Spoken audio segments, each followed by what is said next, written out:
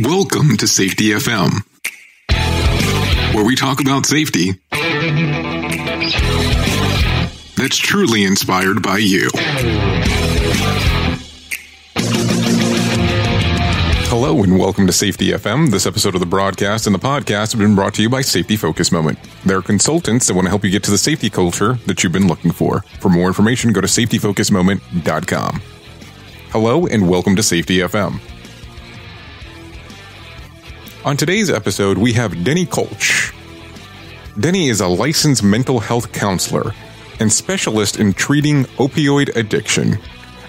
Today we have Denny on Safety FM, and he's going to discuss an organization called To Write Love on Her Arms. SafetyFM.com with Jay Allen. Changing safety cultures, one broadcast and one podcast at a time. And you might sit there and go, what exactly is To Write Love on Her Arms? They're an organization that helps people that are dealing with addiction, depression, anxiety, eating disorders, self-injury, suicide, trauma, and things to that extent. And you're probably sitting there going, what does this have to do with a safety broadcast or podcast?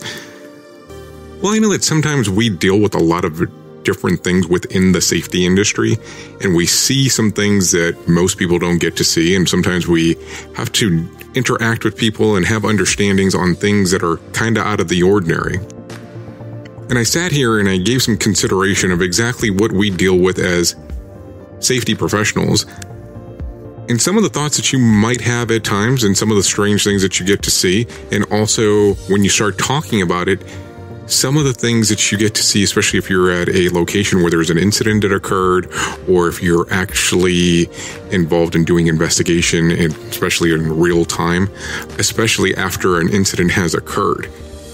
So I really thought that if we had a discussion about this particular organization with Denny, he can give you some insights on what they do, and also be able to provide some help to some of the listeners that are out there. Without us discussing anymore what the episode's about, let's go ahead and get it started. And here's Denny Kolsch on Safety FM. Safety FM. Changing safety cultures. One broadcast and one podcast at a time. Well, Denny, I appreciate you actually coming on, and we have discovered you through To Write Love on Her Arms. That was really how we came about in regards of really finding out about you. And what I wanted to do today was actually why we have you on is really have a discussion about the organization. I will tell you, there was several years ago, I want to say it was probably closer to like 2010, if I remember correctly. I was in West Palm Beach, Florida, and I went to a Switchfoot concert, and they had a discussion, and they said, hey, we have these people here, and they brought somebody up from your organization, and they had a discussion with the crowd about what To Write Love on Her Arms stands for and how the organization was formed.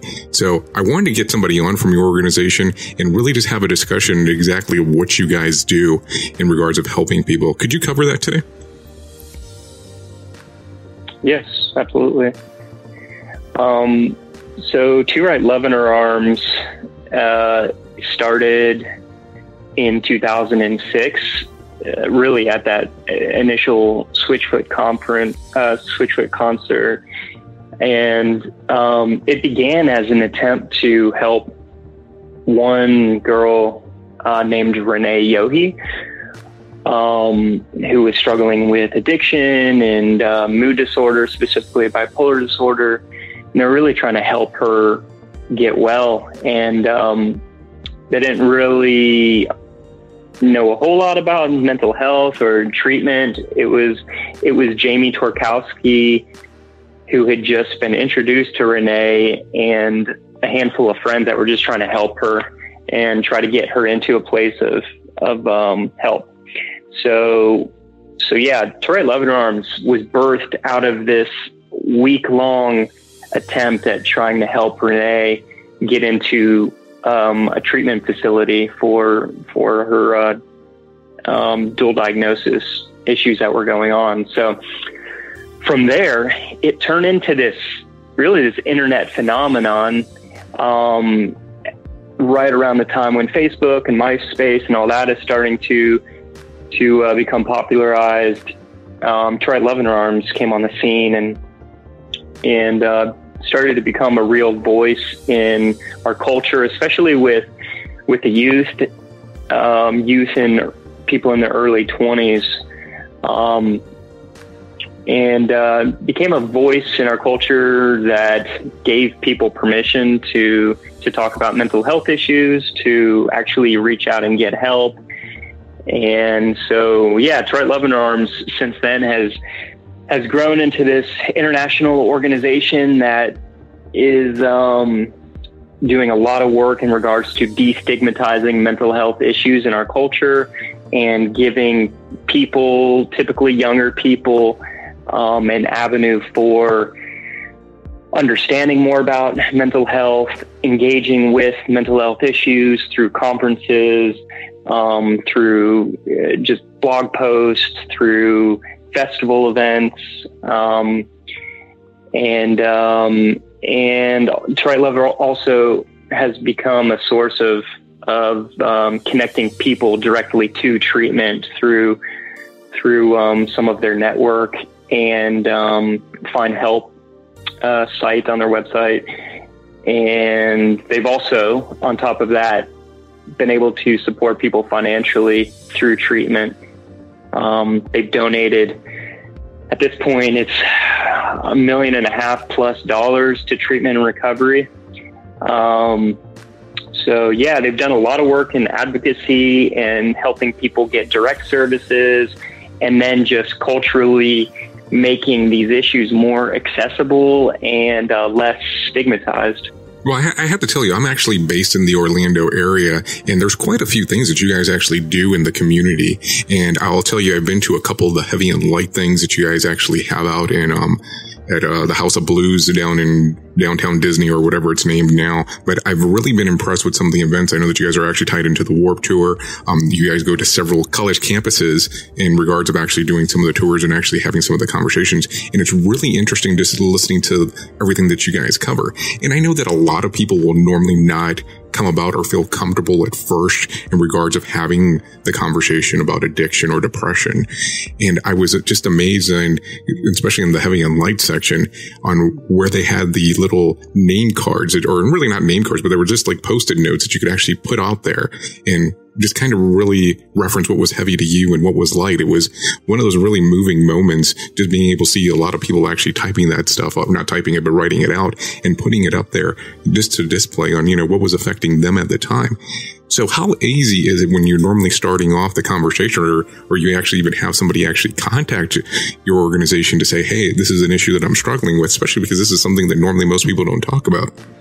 Yeah. So, a lot of what To Right Love in Our Arms initially started doing when it was very grassroots, even before it was an official 501c3 nonprofit, was answering MySpace messages, email messages, and pretty much just responding to people who were struggling and felt the permission for often the first time to reach out and tell somebody about it. So they contacted what was the kind of beginnings of the organization through these mediums, social media mediums, and reaching out, and for the first time often expressing how they've been struggling with depression and they haven't told anyone, or they've been struggling with self-harm, self-injury, and no one knows. They hide it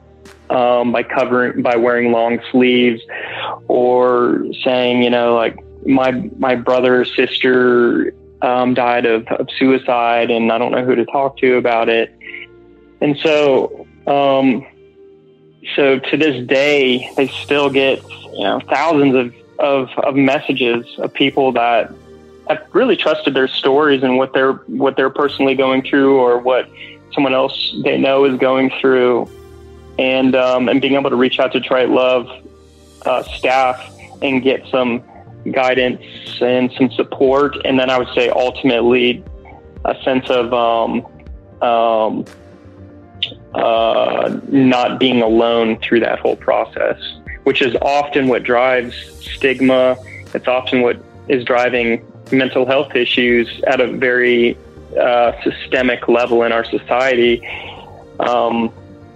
We believe that when we're struggling with these things, we often believe that we're alone in it and that we're the only ones. And because we believe that often, we end up not reaching out. We end up not believing that anyone else would even want to listen to us, or that they would take us seriously, or that they wouldn't judge us. And so we often, as people in the society, we often just remain stuck in it, believing that, you know, this is just something I have to deal with. So yeah, it's pretty cool. Above all other things that To Right Love has done with different programs, conferences, being at festivals, like at the core of it has, the work that To Right Love has done has really been to be this place where people could reach out and just share their stories. And that experience that you had at the Heavy and Light event is one of those expressions of that. It's To Right Love doing something creative to give people publicly an opportunity to express what's going on in their life, and then in turn other people who maybe participated in that creative expression, or they didn't, but nonetheless saw it, and then it becomes this eye-opener of like, wow, that like people here who are like elbow to elbow with me are struggling with this stuff. And then it becomes way more real. Like, most people don't stigmatize things when they know somebody else that is struggling with it, or they're close to it. It's usually when we just assume that, you know, this person is, you know, theoretically out there struggling with something, that we tend to distance ourselves from it, not really care about it, or just blatantly like stigmatize it, not want to be associated with it. So To Right Love has done a really good job at bringing these issues to people's like spaces spaces that they interact with, maybe quite frankly to the living room or the dining room table, or it's a festival or wherever it may be, a high school or college, where they're not really maybe talking about these issues as honestly. Well, I have to tell you, you know, you referenced there towards the end when you were saying that about how, you know, people are bringing it up now inside, you know, inside of the dining room, inside of the living room. And the amazing part about it is even a good way of being able to start this conversation is really dealing with the movie that you guys have. And I was not aware that there was a movie out. I was actually flipping through one of the video services, and I found the movie and I actually watched it, and I was impressed on, you know, how well detailed it was about the story of Renee and how they went into detail on what occurred. And I would just find amazing the different approaches that To Right Love on Our Arms has actually taken in regards of trying to, you know, just taking different avenues of having this conversation. Because like you said, you know, a lot of people, there was a lot of stigma with that at one point where people didn't want to talk about it, and the approach that the organization has taken in regards of really trying to change that, you know, it's admirable in regards to how you guys have done it. Now, I know that, you know, earlier we were talking right before we started off. Could you give us some of the credentials that you have in regards of inside of this space? Yeah, so I am a licensed mental health counselor and the chief clinical officer at Peace Club, which is a dual diagnosis residential treatment facility in Cocoa Beach, Florida, which is just east of Orlando. And then before I became a counselor, I actually worked with To Right Love in Our Arms for several years, developing their university programs. Okay, sorry about that. Could you go into a little bit more detail about the university program that they actually have? Yeah, so it's called University Chapters, and we started that back in 2008, 2009, a couple years after To Right Love existed. I noticed, having myself just at that point graduated from Florida State University, that To Right Love in Our Arms was kind of starting to get known on college campuses, but there was no real structure behind it or way for college students to engage with the mission of To Right Love in Our Arms. So we ended up launching this program called University Chapters as an attempt to organize students on college campuses across the United States and Canada mostly, to really have an avenue for rallying around the mission of To Right Love in Arms specifically, but also the issues of mental health, destigmatization, and education, generally speaking. So yeah, that's been in existence now for, closing in on near a decade. So it's essentially just student organizations that carry the mission of To Right Love in Our Arms on campuses. So they'll do different events, fundraisers, creative kind of outreach stuff. And I believe there's still over or near around 100 of those chapters on college and university campuses across the United States. So right now, if we have any listeners that are listening and they're actually struggling with addiction, depression, or need grief counseling or self-injury, or, having suicidal thoughts, what is the best way to be able to contact To Right Love on Our Arms? The best way to contact usually is just reaching them through email, typically through their info account, and you can find out all that information on their website, twloha.com, or just simply Google search To Right Love in Our Arms, and it'll lead you to their website. So that's typically the best way to do it, because they daily have people checking that. They have a group of interns, which is an intern program they developed a handful of years ago. And these interns live in a house together for periods of like 4 to 5 months, about a term or a semester. And they answer emails all day long, pretty much, kind of 9 to 5, and are responding to people. So they will take the email, and then based on what's going on with that email, they'll be able to send it to the right person or personally answer it themselves. So yeah, the info account is the proper way to start that conversation. And then just to kind of follow up, sometimes is there anything involved where you'll start off with them and they might actually refer you to somewhere locally? Let's say, for instance, if you're not in Florida, if you're in a different state and there's not a To Right for Love in Our Arms chapter or the actual physical facility there, where they would refer them to somebody else? Yeah. So if somebody is reaching out specifically for resources for counseling or treatment or something like that, then my recommendation would be, instead of reaching out through the info account, I would start actually with their website Find Help page, which is extremely exhaustive and will really comb through the different resources in each location. And it's something that they've had for a while, but they've recently put a good chunk of resources into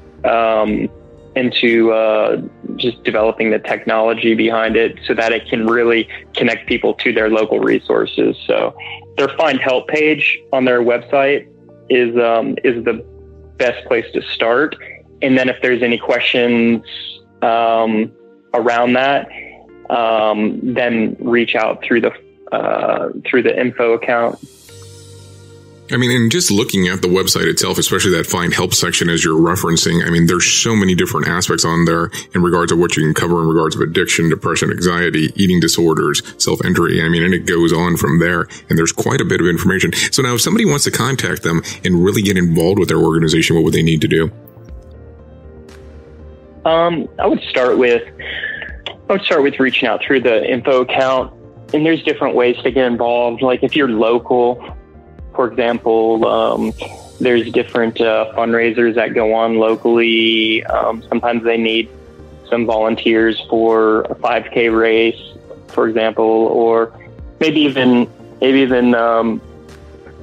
like a heavy and light event, something of that nature. So if they're local, I would just I'd either show up to an event that's going on if they find out about it and say hi, or just reach out through the info account. Some very specific ways to get involved often are going through the intern program if someone's interested in that level of commitment. Or it might be connecting with a group on campus at a college or university. Or again, like if there's a festival going on or something like that, just stop by a booth. They're pretty open and hospitable in terms of giving people some information and getting them some ways that they can get connected to the organization and actually turn their interest into a real practical, just volunteer type of thing, or like I said, an internship or something like that. Okay, and Denny, is there anything else that you would like to cover that I might not have hit on?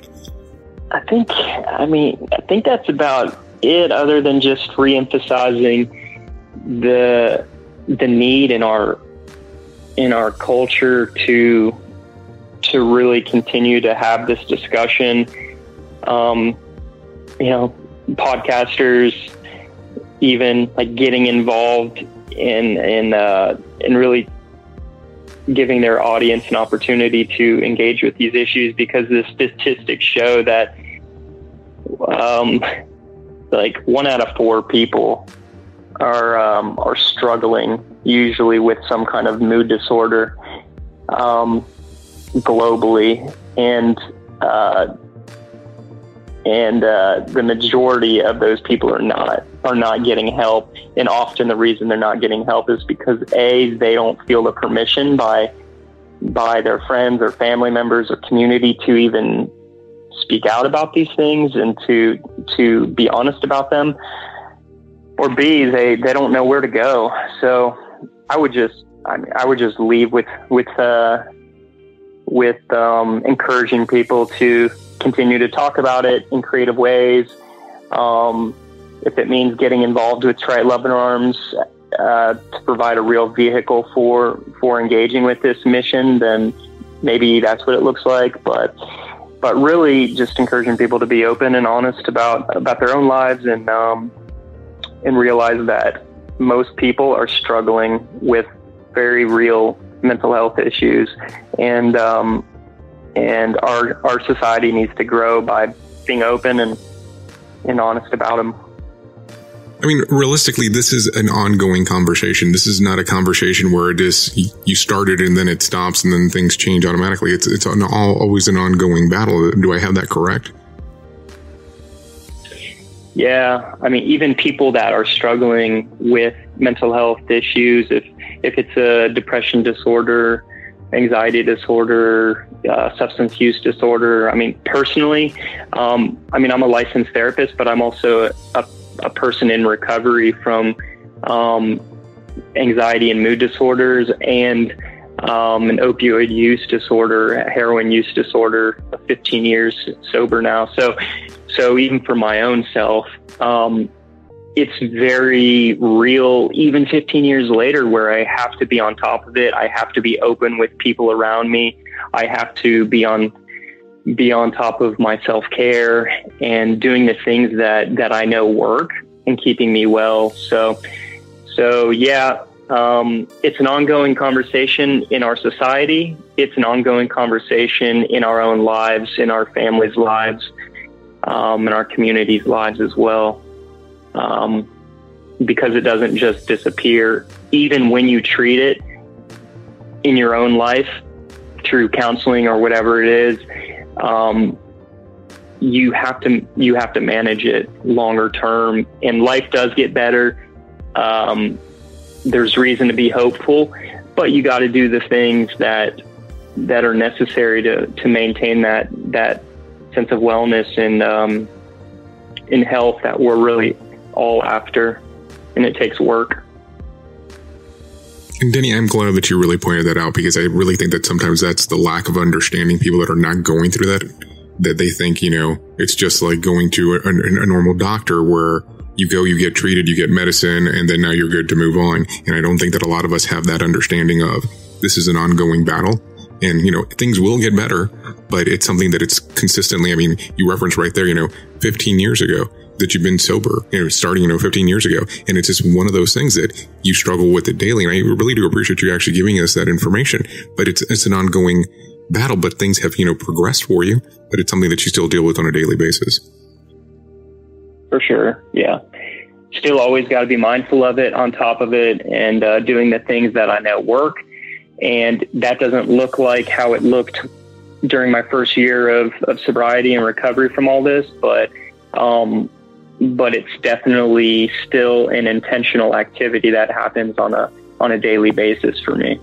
So yeah, it's a real thing. There's reason for us as a society to put resources, energy into it, and then there's reasons for us personally to be open and honest about what's going on in our life, because we are valuable, we matter, and we matter to other people, and our stories are stories that other people are experiencing as well. Maybe not the same exact thing. We've all gone through our own individual things, but we individually share very similar stories in terms of that struggle, that real struggle of mental health. Well, Denny, if the people want to get more information about the organization or about you, what do they need to do? Check out the website, To Write Love in Her Arms, or TWLOHA.com. If people are interested more specifically in the work I'm doing, I work with, I'm actually a co-founder of it. It's called a treatment center called Peace Club in Cocoa Beach. And they can find us at www.peace.club. I can also be found on Instagram at Denny Kolsch too. So I would love to give any support or direction I can to any of your audience, and then point them in any direction with Trite Love specifically that I can, that might end up helping them. Well, Denny, I do appreciate you coming on to Safety FM today. Great. It's been a pleasure talking with you. The views and opinions expressed on this podcast are those of the host and its guest and do not necessarily reflect the official policy or position of the company. Examples of analysis discussed within this podcast are only examples. They should not be utilized in the real world as the only solution available, as they are based only on very limited and dated open source information. Assumptions made within this analysis are not reflective of the position of the company. No part of this podcast may be reproduced, stored in a retrieval system, or transmitted in any form or by any means, mechanical, electronic, recording, or otherwise, without prior written permission of the creator of the podcast. Join the fun on social media and find us on Facebook at Safety FM.